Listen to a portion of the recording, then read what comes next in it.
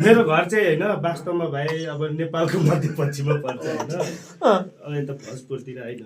मेरो खास गुल्मी पर्छ क्या भाइ तपाईँ नाम के हो मेरो भूपेन दागी अनि कहाँ हो घर पश्चिम दाङ सल्यान हो मलाई चिनेको थिएन घर कहाँ हो भन्ने के यसो मिडियातिर हेर्ने तिनीहरू परिवार कलौटे